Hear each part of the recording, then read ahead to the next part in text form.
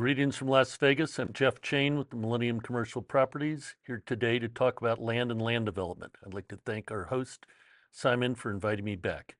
Land is the one thing they don't make anymore. You can expand boundaries, you can do a lot of things, but you can't create more land. In the Las Vegas market, where we currently are, we have a very small amount of land left. We have less than 8 years of land that's currently available within the Las Vegas Valley. And we have just two choices. One, to expand outwards into other bedroom communities of Las Vegas, or start going vertical by tearing old properties down and building density and going up. We're not going to get into all those details, but once again, land is not available to be reproduced anywhere. You can build another office building, you can't build more land. Some of the key components with land is it can look like a beautiful property in the right location, which those are the first three words about land is location, location, location. But if they don't have access to the proper utilities at a reasonable pace, or roads are too far away, or the cost of the land, there's lots of barriers to land. It's just not as easy to just buy a piece and go, I want to go do this. It's also subject to all the entitlements, which are all the zoning, the engineering, and the planning to see if the land is usable for the intended purpose. We talk about three different diverse parcels of land here in Southern Nevada today, just to kind of give you an overall feel of what's out there.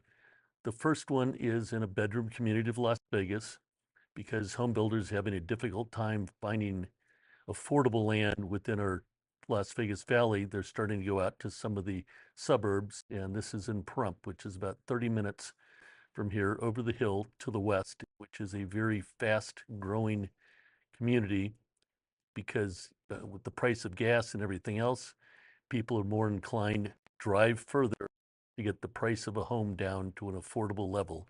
In Las Vegas, affordable means below $500,000. California, it's a totally different number, but for us here in Las Vegas, affordable is really below $500,000. The first one is in Pahrump. It's 291 lots, which it's just a vacant piece of land. It's designed for 291 home builder lots. There are currently 27 builder lots that are totally finished, which means all the utilities are in, all the grading's done. They're ready for a home builder to start building homes. And most home builders are not developers unless they absolutely don't have a choice. So their preference is to buy land that is already entitled, preferably already graded with all the utilities in, and then they buy them on a monthly basis. In this case, these lots are already pre-sold to one of America's largest home builders. They just need for somebody to buy the land for $4 million, take $1.5 million additionally and start developing, which is doing all the grading, all the roads, all the utilities to the back of lots. And then the builder will buy 10 per month, and that'll keep them going for about 2.5 years.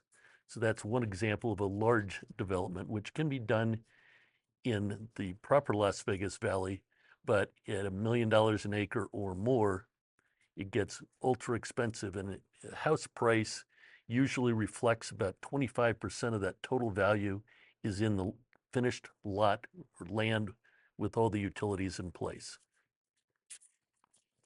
So the second one is in the city of Las Vegas, up towards the north part of town. It's zoned C2, which is high density commercial.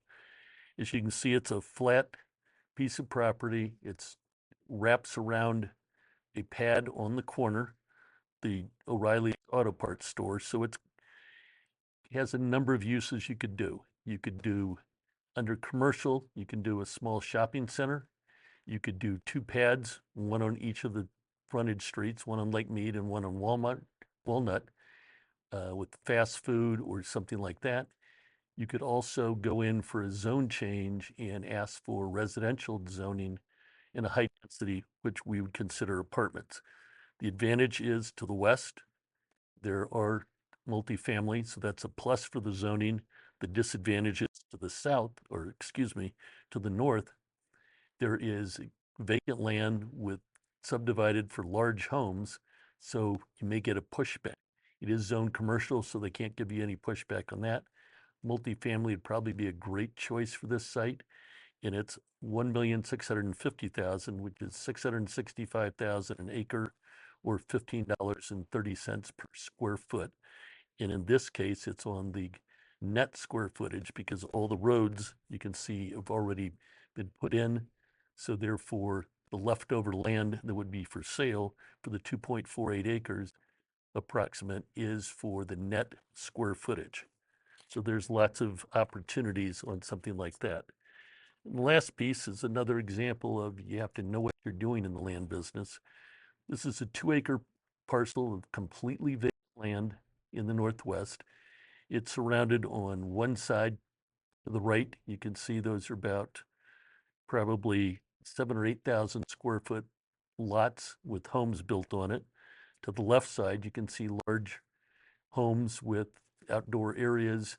So you're kind of a mix of zoning. This particular property is zoned for 2 homes per acre. So when there's 2 acres here, so you're going to get 4 homes at their asking price, which I will say is too high. It's $765,000. That gives you $191,000 a lot if you were to develop a cul-de-sac coming in, putting 4 half-acre homes around it, and exiting out. That would be just for the land cost, would be $191,000. You're probably, if you did all 4 at a time, another $60,000 per lot, which would bring you up to $250,000 per lot value finished, which in my earlier math says that you really need to build $1 million or more house on this. There are $1 million homes up in this part of town, but there's some that are not that price. So you typically want to have the smallest house in the neighborhood of large houses to get the most value. So this is another opportunity for land.